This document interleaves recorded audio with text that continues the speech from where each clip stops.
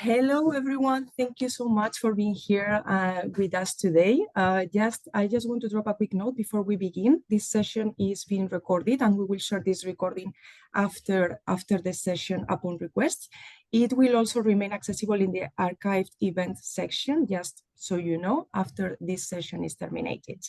Let me quickly drop a message in the chat for those who are still joining, who will join in a few seconds, so you can see it. Well, let's start. My name is Leticia, and I'm going to be the moderator today. I don't want to forget a very important note, and is to say a huge thank you to Jos, who has worked very hard on this too. And now it is time to introduce our panelists that are going to have a coach-to-coach talk, and will share their real experiences, voices, stories, and honest insight with the idea that newly certified coaches and coaches to be can ask all the questions that they have and hear real stories. They will talk about confidence, challenges, business building, training and certifications.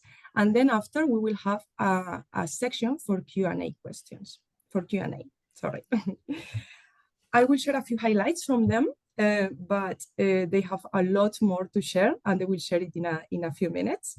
Their contact details are also in the chat. You can see it. And if you want to learn more and you want to contact, feel free to do so. So let's start with Silvia.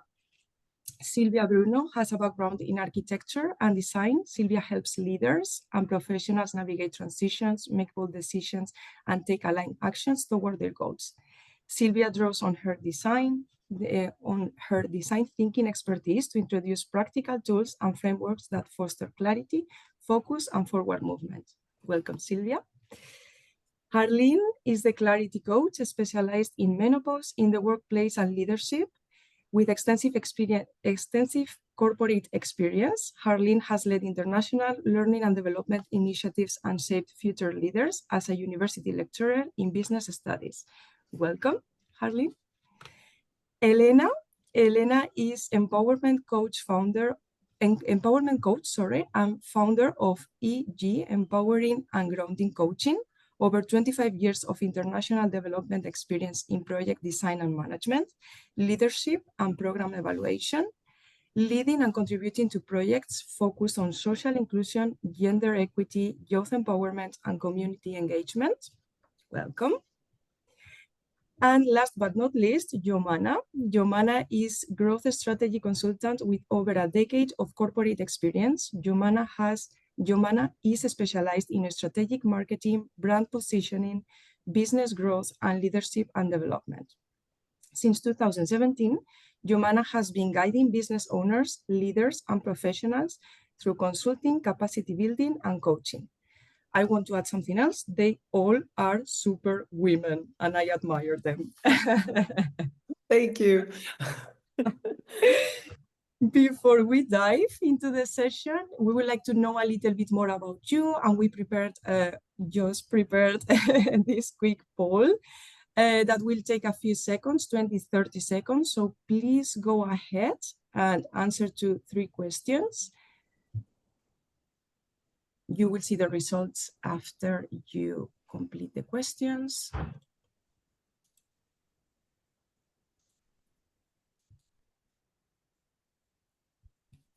In a few seconds, you will see the results on the screen.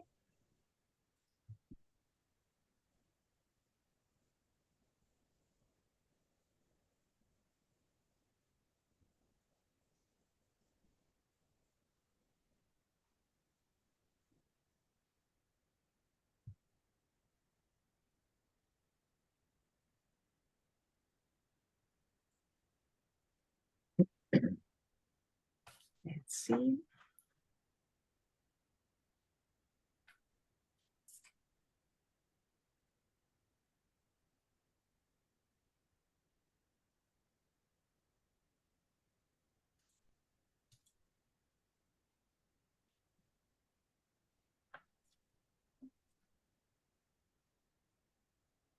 We have some responses, and we are closing the poll now. Thank you very much. And here are all the results. Thank you very much for this. It is very good to see your answers because they will definitely help us with the conversation today. Thank you very much. Thank you. So let's start with the first theme, confidence, and Sylvia and Elena will talk about this today. One of the questions is how and when did you feel prepared to begin coaching others, and which strategies helped you to build this confidence? So Sylvia, would you like to start first? Yes, thank you. Thank you so much. Well, when I felt prepared, well, that's a tricky question, I think.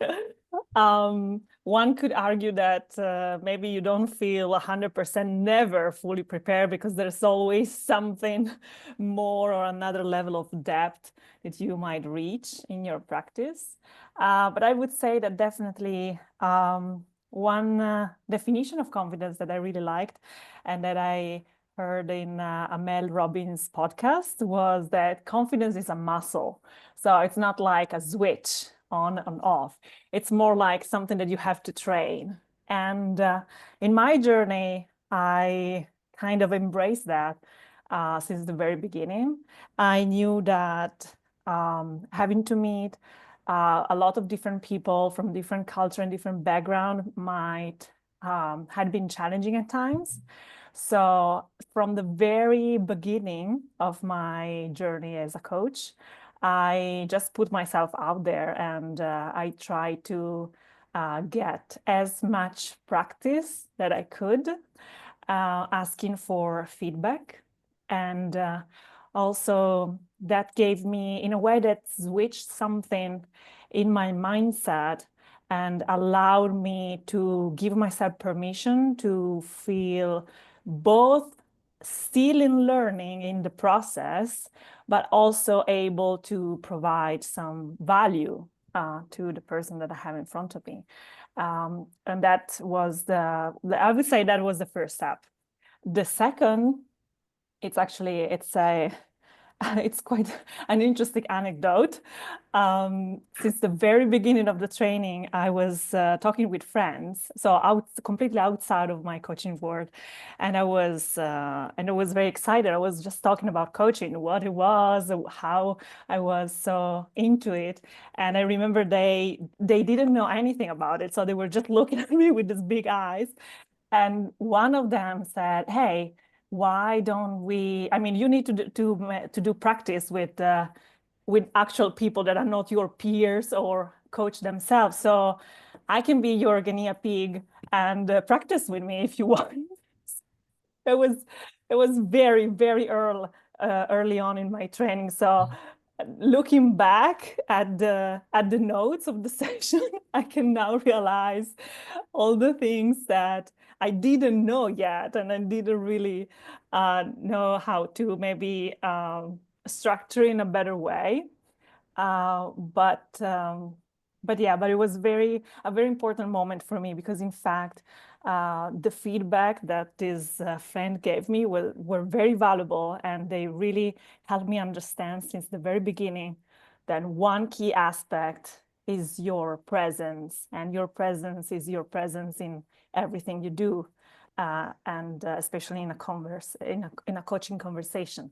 So that was a little bit maybe too early on one hand for me to just jump in and try, but on the other hand, very valuable both for me and from the other person. So that was something that I wanted to share just as a little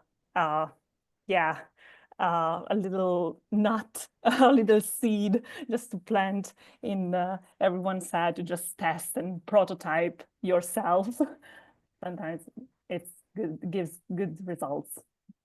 Thank you. Thank you very much for sharing, Sylvia. And Elena, how about you? Well, I mean, first of all, I'm looking at the poll and the question on confidence, 63% of the people responded in terms of, increasing and having more confidence in the coaching practice. So definitely it's a spot-on theme. And I also rejoin Silvia about the practice. I mean, there is a motto from a yoga teacher, the founder, the guru, Patabi Joyce: practice, practice, and all is coming. And so, yes, in terms of confidence, really, I mean, that, becoming familiar and I think finding yourself, also finding your voice, I think for me was definitely a very important element in finding confidence, which is a process, by the way. At least for me, I consider it a process. So I'm not confident, but I do things so that I feel more confident. And two big shifts were very important for me. And one was really taking away my focus on my performance as a coach. Am I good? Will I be good? Will I be asking the right questions? Did I follow the structure? Am I touching on all the competences? Am I understanding? It was more about, at a certain point, there was a click. I was asked from one of our trainers, actually, not to take notes. And I remember that I forcibly had to look into the other person and really, and then I wow, I got it. I mean, it's so powerful. Presence, like Silvia, you were just saying that. It was presence and being there and listening with all my heart, with all my head, because I have a head too, and it's required during coaching that as well. And also be authentic, because at a certain point I realized that, okay, I need to also be me. And when I was able to be familiar with the actual being a coach, but then it was me, my style, my voice, my intuition, my laugh, then that's the moment for me to go into confidence and also intention. It's setting the right intention, and it's a little bit along the same lines. But I remember for me, it was always, again, about me, I hope I'm going to be a good coach. I hope I am going to, help this person.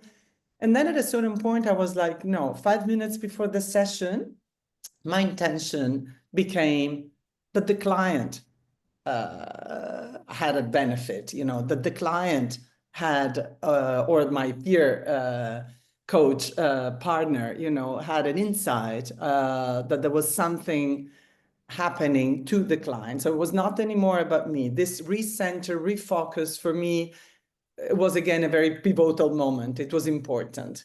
So yeah, I would say these are, in terms of confidence, the main things, the main elements, the two shifts that helped me a lot. Thank you. Thank you very much for both for sharing. So then we are going to jump to challenges, and Elena again and Jomana are going to talk about this. So let's talk about the challenges that you have encountered during your way and how you overcome them, and share a little bit of your experience. Elena, would you like to start? I continue? You can continue. Bueno. Since I said that confidence is a process, anyway, I mean, becoming confident then challenges a lot of them. So, but I would name a little bit time, visibility, coming out as a coach, business building, and money. And I'll go into these. These are for me and were for me definitely. So time in terms of the time I put for the coaching, working full time, family, dogs, traffic, a lot of commuting. I learned to really plan my sessions in a way, and sorry, but some of the peers got victims of my commuting, for example, but really timing sessions in a way that I could be concentrated, I could be there on time. So this is definitely a challenge. The other challenge is the time. For me, was the time of the session. For me, it was sort of like, oh, here I am, I'm listening, now I'm finally present, and I'm listening for an hour and a half. Well, no, because, sessions have to have a limit and have to have, at the end, conclude into something that allows really the other person, the client, to step up. Yeah. So have some actionable insights, have some endpoints to a conversation. So being able to limit a little bit. So also time management during the session is definitely a challenge that at the beginning I had to do. Then the visibility and the new identity as a coach. For me, this is a big thing because I mean, I have a profession well defined for over 25 years. I've worked in certain contexts, and my community, whether they are friends or colleagues, they're all the same. We all do more or less. I only know people doing my job in international organization, in developing countries. It's a very specific, big niche of work. And suddenly I am a coach. So at the beginning, just saying that was difficult. So, you know, being able to actually voice that, I called it my coming out, was difficult. I mean, it took me, I think, a day to push the button where I was announcing my website and that I was transitioning from one thing to the other. I mean, you know, so that is definitely also a big challenge. For me, it was a challenge. And then the business building, because I have been in businesses where either I had a salary or I was clearly, if I was a consultant, on a certain fee. It was clear by the years of experience, by the type of sectors I touched, the countries I worked in. And then here I am now being an entrepreneur and building a business and talking about money, which I don't. So it's still a very live and active challenge. I'm always very happy when I can do pro bono because it's like, okay, you know. So the taboo man is not touched. So those are, I would say, my big challenges. Some are now at this point managed, and others are still there and popping up and working on them. So Work in progress. Thank you very much for sharing. I'll let you breathe now. And let's go with Jomana. Yeah, thank you. Well, challenges, there are a lot of them because, yeah, I mean, we don't have like enough time to talk about all the challenges, but mainly I'm gonna focus on two or three. So the first one was, you know, the fear of not being understood by the people around me. So like my friends, my family, or even the client. I was like worried that they might think that I was, you know, giving up my expertise as a consultant and switching careers entirely. And some of them, like they did, they thought I was completely shifting. And so what I wanted to, you know, to message to convey was that I was more expanding and upskilling to become a more experienced professional to offer, you know, more values to my clients. So but before getting actually my certification, I had already been coaching in some capacity, but this certification really allowed me to refine, you know, the skills and to really go deep into the approach. So it was not about leaving the consultancy behind, not at all, but rather adding the coaching to diversify my portfolio and mostly to strengthen my business and my skills. So vis-a-vis the client. So yeah, like to tell you the truth, it took sometimes, you know, to really clarify this vision. And some of them got the picture.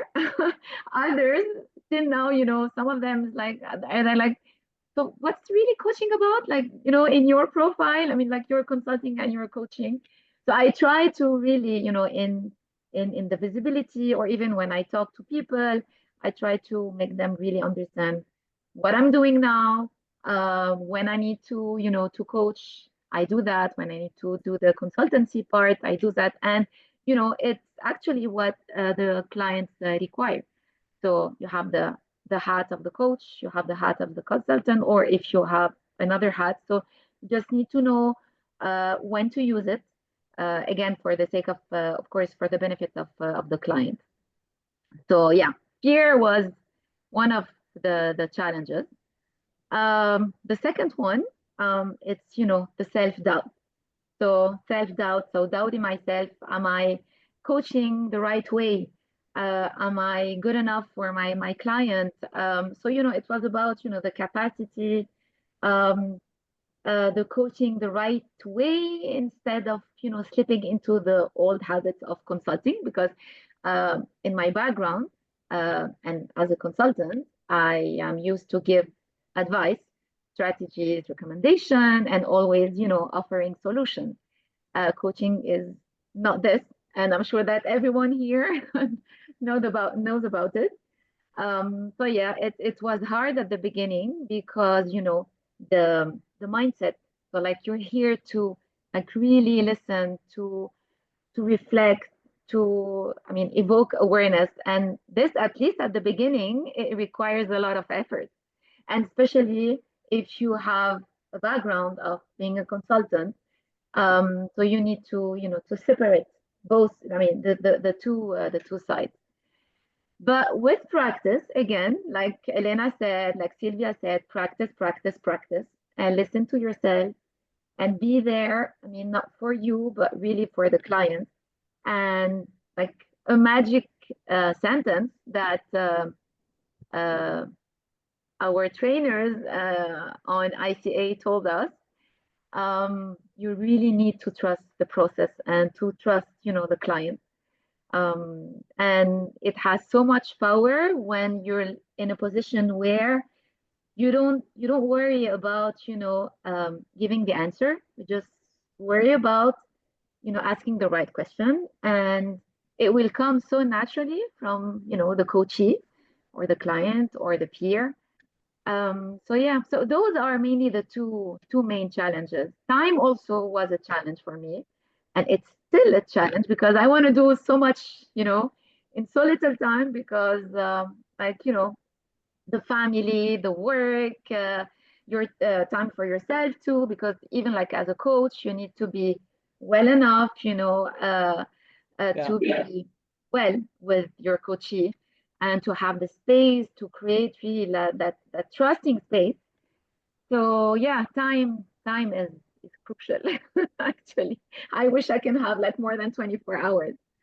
So yeah, those are the three main challenges. There are a lot of them, but for now, let's focus on that. Let's focus on three. And let's see. Yeah. But I'm telling you, super women, for what I can hear so far. Super women here. We have super women here. Next theme is business building. And Jomana again and Harleen are going to talk about this. So let's let Jomana breathe a little bit. And let's go with Harleen, please. What do you want to share with us? Thank you, Leticia. First of all, hello, everybody. Thank you for joining us and giving up your precious time to be here. With regards to business building, there are certain areas that I'd like to focus on. I will kick off with finding your voice. So know your why. Why are you starting down the road of being a coach? What is it that you feel drives you in terms of your passion, your interest, what you feel that you want to add to the community? Finding your why is something that will sustain you throughout your journey. And then if we then move on to identifying your business in terms of products and services, know what it is, or look into what is it that you actually want as your business, in terms of, are there certain products you want to create in terms of courses or resources? Are you interested in doing one-on-one coaching? Is it group coaching? Is it for organizations? Who are your target markets? I would also say look into territory in terms of is your coaching going to be locally based, right? Is it going to be other regions internationally? Is it online? Is it face to face? Is it a combination of both? If you are looking at expanding your business internationally or in different regions, consider cultural implications to that. So therefore, how does culture impact what you're going to be delivering and the people that you're going to be interacting with? If it's with organizations, then what is the impact of culture in your coaching methodology for groups, for that company, that organization, for that team. Really dig deep into how you're going to show up as a coach and what you have to offer and the voice that you have in that environment. Also consider things like business structure. How are you going to structure your business? Is it just you? Are you going to bring in other resources as and when you feel appropriate? Think about business insurance. Do you need business insurance? Are you going to be a limited company, for example, for us in the UK? Are you going to be a sole trader? So consider what the structure of your company is going to be like, how you're going to formalize it. Consider branding. So what's the look and feel? What do you stand for? Which is where, if we link that back to the why of why are you doing what you're doing? Why is this important to you? What do you have to offer, or you feel that you have to offer in this space? And then that can help drive your branding in terms of simple things that you will know, but I will just clarify your colors, your logo. And I wouldn't get so caught up in logo and things like that. That can develop as well as you go forward. You'll find that where you start isn't necessarily where you'll be 6 months down the line, or a month or a year down the line. So I wouldn't get so caught up in that. That's my advice. Do with it what you will. I would also say reach out to your peers. So your other colleagues, your peers, reach out for support, for input, for testing your ideas, and take on board what they're saying. Investigate your market. Look at some evidence-based coaching as well within your field. Read. I do a lot of reading within my menopause in the workplace space. So I would certainly encourage that and see how that can influence you and your thinking and your personal development in terms of working on your craft as a coach. And peers are really important as well for emotional well-being and support. And I am so thankful for my peers that I've worked with when I was training, and now that I've finished my training with ICF and ICA, who I trained with, I still have that support network, and it's invaluable, not only for my own emotional well-being, but I know that I've got a range of individuals across industries, across specialisms, with so much knowledge to help facilitate my thinking as well and my personal development. And also, I will wrap up by saying it is so important to have cheerleaders. I have a group of cheerleaders. It doesn't matter how I'm feeling, what I'm thinking, that I know have my back and basically will support me irrespective, and will encourage me on days where I may be lacking certain clarity as to where I am, or I'm just trying to upskill my knowledge for something so I can bounce my ideas in a community that aren't my peers, that aren't our fellow coaches, so they come from a different perspective. So I'd certainly encourage you to do that. And yeah, I would take a moment to breathe as well in the whole process, and build in time to reflect. So for me, every week I build in Thursday. Thursday is my day where I self-reflect as to what has occurred in the week, so that if there's anything that I need to adjust, change, consider, I still feel that I have one working day in the week to do that. So I would certainly encourage you to do that as well. Perfect. Thank you very much for sharing. Jomana, how about you? Arlene said it all.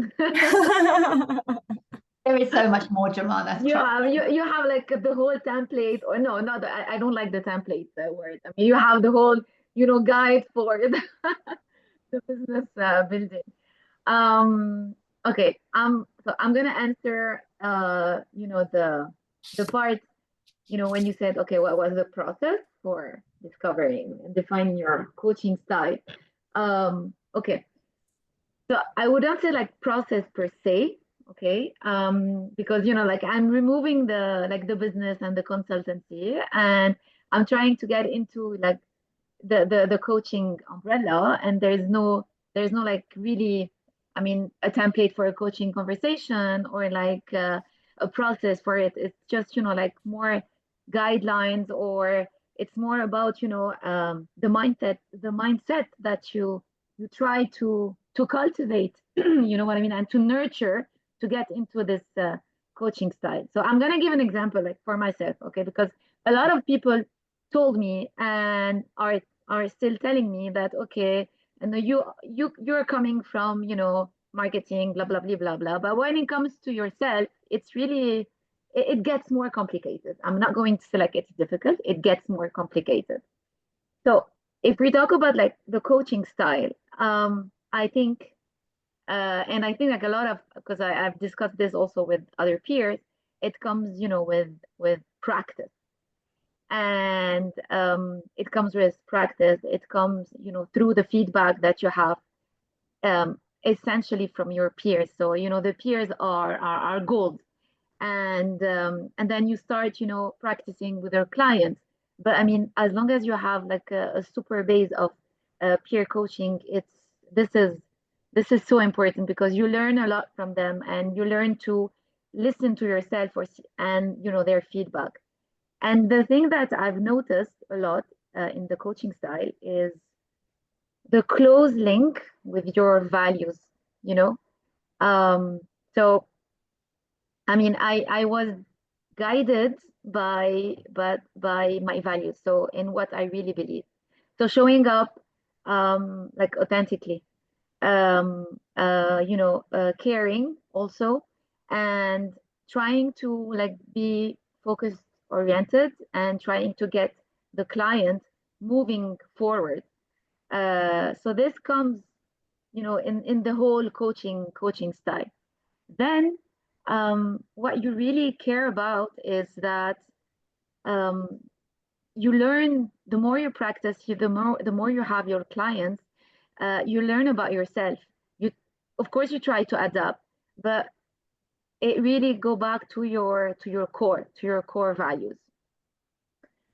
So this is like about the coaching style, but we don't want to forget that coaching is also a business. And like everything that Harleen said, yes, we definitely need to think about business building when you start to coach. And what I could say is that um, you know start thinking about your business not after your certification, while you're coaching, and try to throw yourself, and I know for some people that might be hard, to be visible, to talk about themselves, or even like to promote themselves. But I mean, we need to share our stories. We need to start creating, one conversation at a time, and this will start building.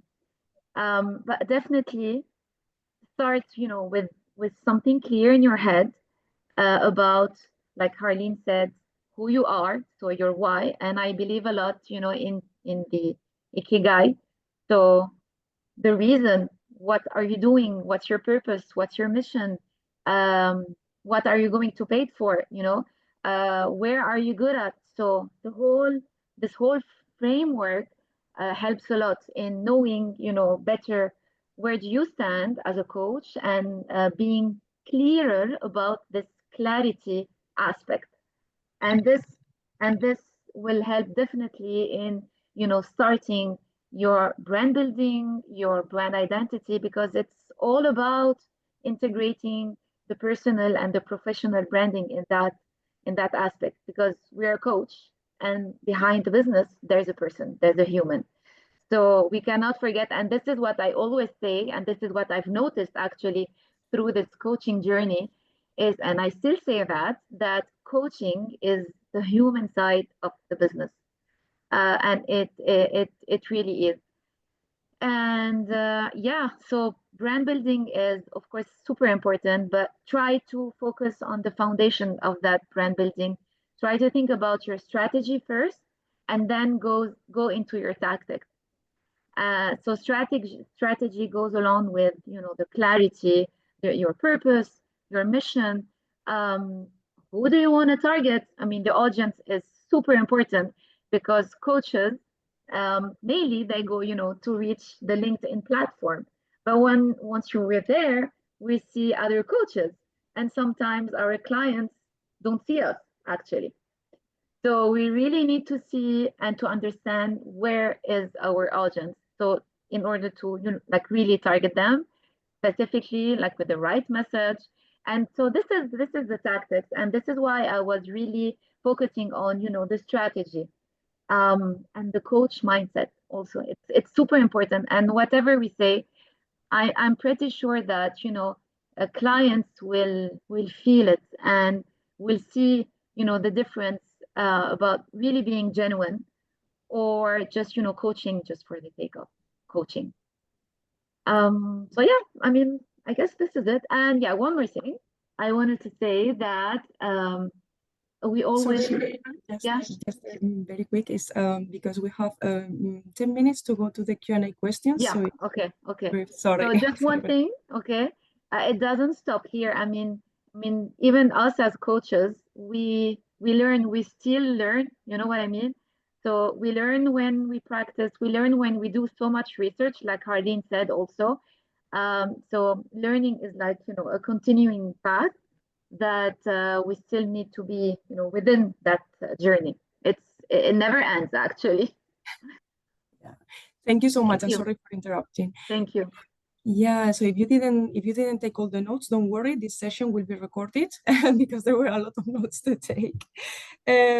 Next theme is trainings, and Harleen and Sylvia are going to talk about this. What made you decide to go for formal trainings? What can you tell us about your path? Sylvia, maybe you want to start first? Sure. Yes, thank you. Okay, so for me, choosing to do formal training was a clear decision, very clear since the start. Of course, I did my due diligence when it came to choose the training, because there are many different options. But well, you have to remember that I come from more than a decade in architecture. So that's a sector where professional credibility and high standard are like very important. So it was already embedded in my head. And that's what brought me to just go for a formal training. It might not be the case for everybody. So I'm just want to be very transparent here and just explain how it was for me. So that was the first step, choosing the training. I chose the ICA, the academy, and it was a very good choice in hindsight, because, well, also for the reasons that were already mentioned by, I think, also Arlene and maybe Elena. It gave me community and peers and supports, and that was very important for me, to the point that I still have a lot of peers that I work with, and I also create my mini community inside of the bigger community. So that's something that really gives me a sense of continuity and also of fulfillment. Then there's the certification. That's another aspect. So for me, the two things were kind of separate at the beginning. First was the training for the learning purpose and the tools, and also the feedback. Having mentors throughout the whole training was one of the most valuable things, because they really spend the time and the energy to assess you and give you feedback on what you are doing. And then the second choice was whether or not get certified. And at the end, I decided to get certified with ICF. And that was more of a, let's say, more of strategic reasoning behind that. Yes, there was still this opportunity of having a community and a sense of purpose behind it, but also for the matter of having standards, having an accreditation that puts you in the buckets of other people that went through similar processes. And so you have a code of ethics, for example, and you also have resources that you have access to. And I found that valuable. And I also kind of thought in the back of my head, well, there's always time to get back if you don't want it at some moment in your career. So it also depends on, as Jumana said, depends on your audience and depends on your niche and who you want to work with. So there's a lot to consider. And for me, I think, and just to wrap it up, I think it was two main things. One, know yourself and know how to function. As I said, I function in the way that, okay, there's a formal training, it gives me these pros, it has some cons. One was the price. It was, I think, quite a pricey training. There are others that were more cheap or seemed more cheap. But on the other hand, they didn't give me all the requisites that I had in mind. So there was that. So know yourself basically is always the same kind of base point. And the other one is to be a little bit strategic on the direction that you want to take and where you want to go as a coach and as a business owner. Thank you. Thank you very much for sharing. Arlene? Thank you for that. So with regards to training and certification, I feel that this, again, one needs to ask, what are the pros and what are the cons for doing that? What is the reason for going for training, for certification? Because it is a considerable investment in time and resources.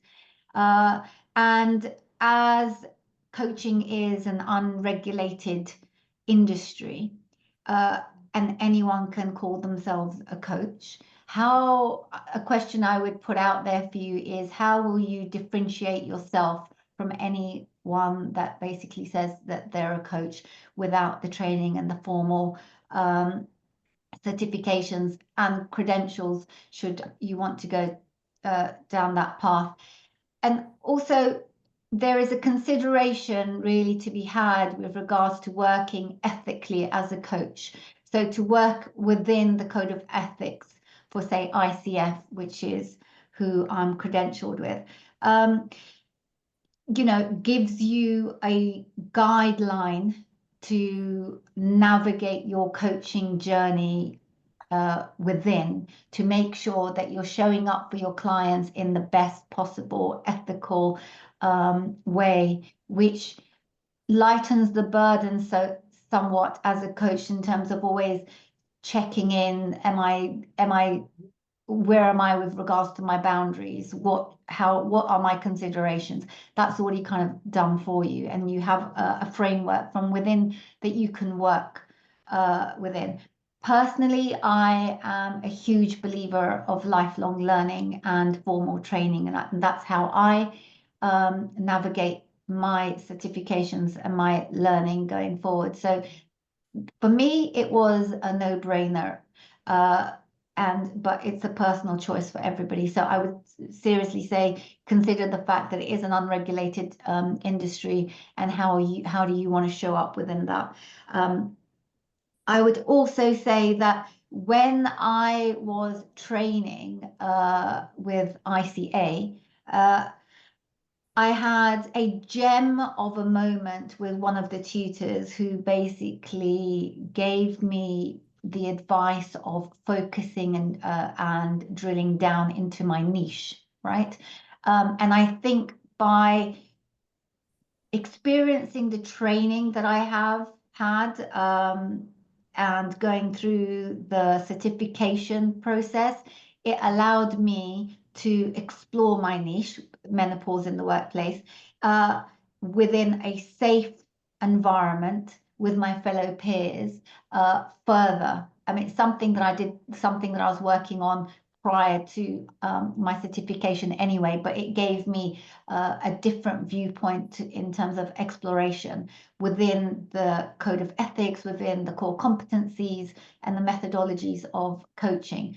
So I am an advocate in going down this route, and it has been nothing but enlightening for my personal growth journey as a coach. And I would ask you to consider again, what's your why? As why do you want to be a coach? And if you want to build on it as being a craft, then how do you feel that would support you in that, and what would best support you? So I'm a huge advocate in going down the formal route of certification and accreditation, so that you have all the support that ICF or whoever you choose can provide you with. So I hope that's answered that. If not, then please enter any questions that you have in the chat and we can come to it with Q&A. Thank you very much, Marlene. It's 50 minutes left for the hour, and I think it will be a good moment to start with the questions. But is there anything else you would like to share, Elena, Jomana, Harleen, Sylvia, anything else before jumping to the questions? May I just one thing? I would just say I cannot emphasize enough about drilling down on your niche. That has been invaluable for me, and really focusing on it and not being afraid of really focusing and narrowing your niche, because you can develop. So where you start doesn't mean where you have to end up, right? So you can drill down on your niche, and as you develop your experience and you go further down the journey and you feel, okay, actually I want to adjust it, you're always able to adjust it. It's your business, your choice, your decision. But do not be afraid of drilling down and look at any resistance that you may have in doing that, and find out, try to investigate why you feel that way, if that's what you feel. So that would be my biggest advice, is to really drill down on your niche. Elena, I saw you raised your hand. Yeah, I mean, I'm reconnecting a little bit to this, to the niche, and also to the way we communicate as who we are as coaches. And to my experience, and I'm still in process, this is something I really believe. I mean, we are kind of a live matter. We're like an organ, you know. And what I realized is that when I was trying to drill into my niche, I had certain needs, which I think it's you, Harlan, said, or Jomana, I don't remember, but it's true that they evolve. And what I find is that respecting that evolution is part of the process. I find that the elements that allowed you to actually step and drill are all unique and all absolutely valuable, and there's nothing bad. At least this is really my own specific experience. What is important now may not necessarily be beside the core value in 6 months, but I'm sort of recording, I'm sort of testifying to that live process that it's happening. And I believe like that for myself, it would work in a way that would respond to who really I am at the end. So I'm kind of sculpting, it's really a process of this is what I'm doing, and so I'm just putting it out there that there is a process that can be respected and valued, during which you define yourself as a person coach. Thank you. Thank you very much, Elena. So let's jump to the questions. I see that there is a question that Arlene answered in the chat. So let's go to the next one. I'm noticing resistance within myself when it comes to asking clients to pay for sessions, especially as I transition from peer coaching to coaching with clients outside that circle. I would love to hear what helps you navigate that shift and build confidence in offering paid coaching. Confidence again. So who would like to take this question about pricing? I can take it. Perfect. Thank you. Agnes, good to see you here. I would say this is a coaching session, Agnes. Come to me and I shall coach you. I would, you know, it's interesting. It's interesting where the resistance is coming from. Is the resistance coming from the fact that you don't perceive yourself as a business?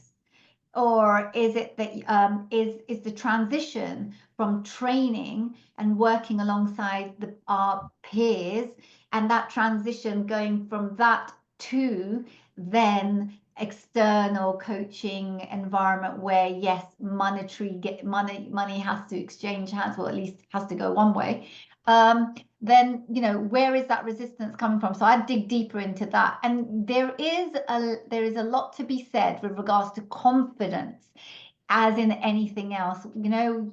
When we have trained as a coach and got our credentials, that's great. But the next step seems like such a huge step to take. And I would say, build that confidence and know that you've got the skills and something to offer to your coachees and to your clients, and have the confidence to put a price tag on it if that's the way you want to go.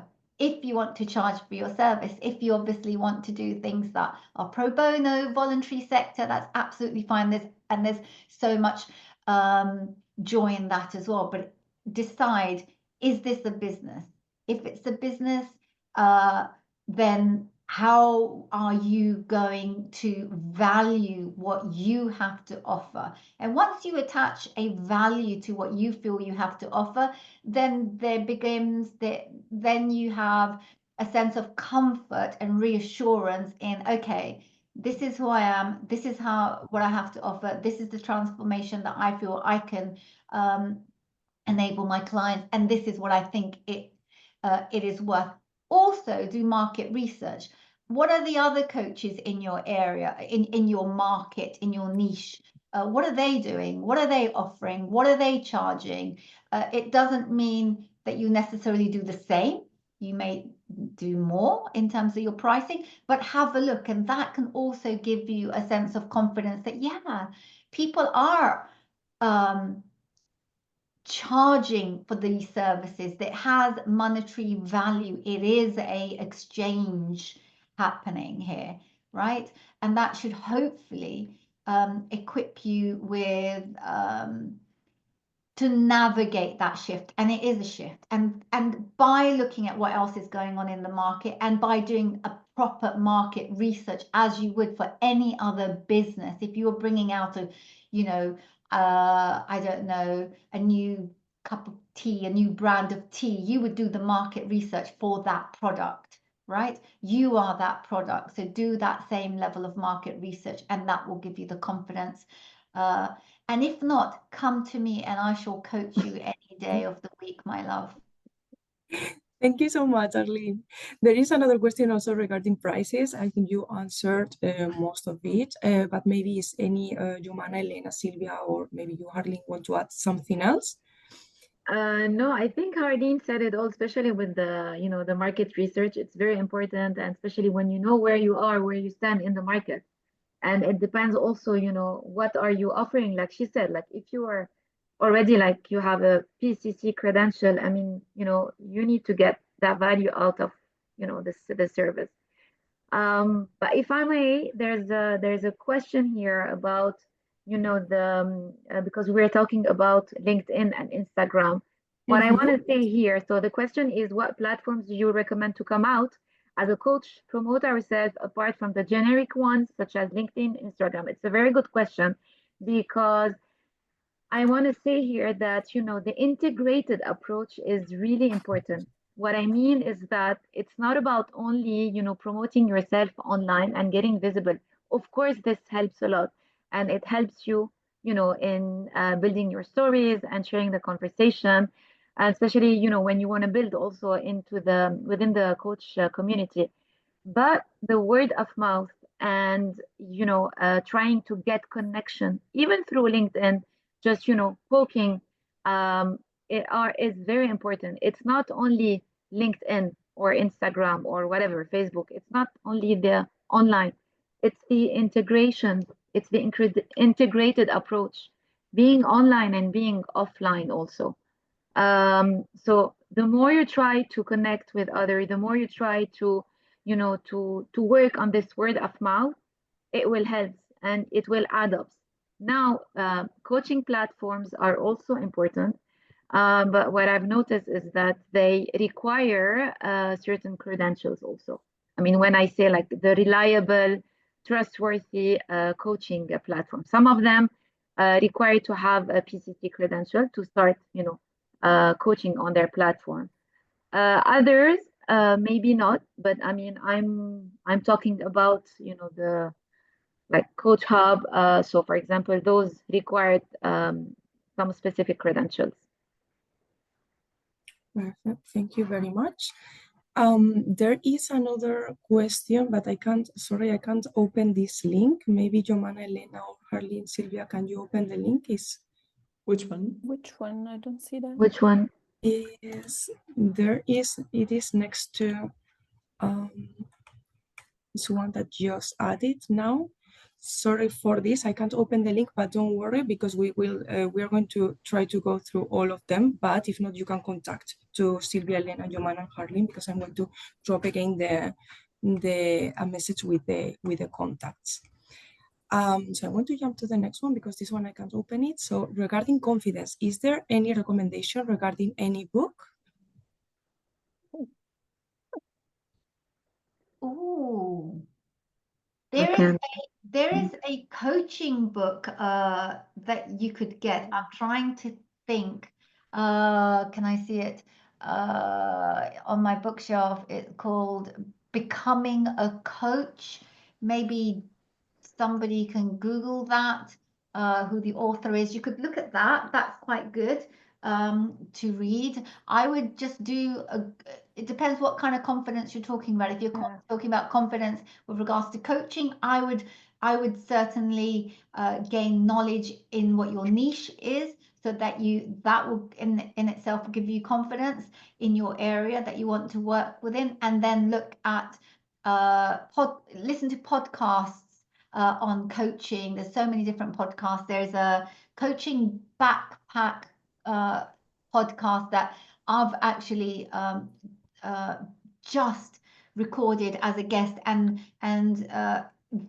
what he does is he interviews has guests who are coaches, and then they talk about their coaching practice and what they have to offer, and just listening to how other people do their work within the industry can potentially help build a level of familiarity and confidence. Yeah, I would add something else to this, and also it ties back a little bit with the question from Agnes. I've actually looked into shadow work or something related to that topic.